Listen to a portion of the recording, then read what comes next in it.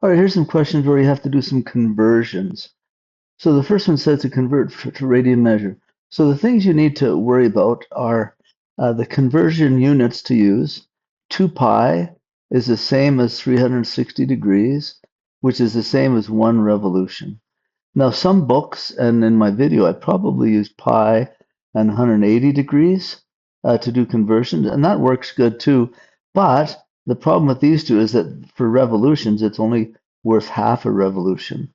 So you can use those, or you can use these, the ones up above there. I sort of like these ones. So you just use two, whichever you need. And the idea is you put on top what you want to get, and on the bottom of the fraction, you put what you have currently. So if I have 315 degrees and I have to convert it to radians, so I'll multiply this by, I want to get rid of degrees. So the degrees from over here goes on the bottom. 360 degrees. And then on the top, they're wanting radians, so I'll put my 2 pi there. Now, they also said to leave your answer in pi radians, so I'll leave the pi out of the calculation, and I'll just calculate with that stuff there. Let me do that here. So 315 times 2, not 2 pi, just 2, put a bracket, divided by 360. Okay, 1.75, hit the fraction button, 7/4.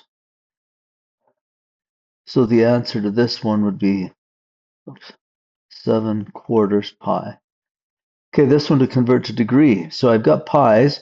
I want to get rid of that, so I'm gonna, whoops, I'll use the pi's on the bottom. 2 pi on the bottom, and I want degrees, so 360 goes on top. The pi's will cancel, and then multiply, divide. That'll be 180, 36 times 8. I don't know, 288. Just do it in my head. Next one, convert to revolutions. Okay, so again up here, I have degrees, so I'm going to use that, and I want to convert to revolutions, so I'll use that one. So I'll multiply this by, the degrees go on the bottom, 360 degrees. The degrees will cancel out. And then I want 1 revolution on the top.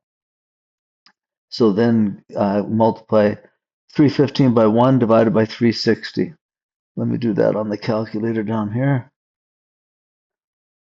So it'll be 315 divided by 360. Okay, it comes out to 0.875, or the fraction 7/8. So this will be 0.875 revolutions, or that's the same as 7/8 of a revolution. And that makes sense. 315 is not quite a whole 360, so it's only part of a revolution.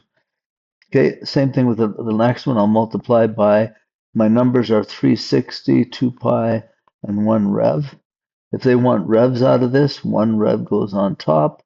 They're giving me pi, so I'll put my 2 pi on the bottom. So the pi's cancel out.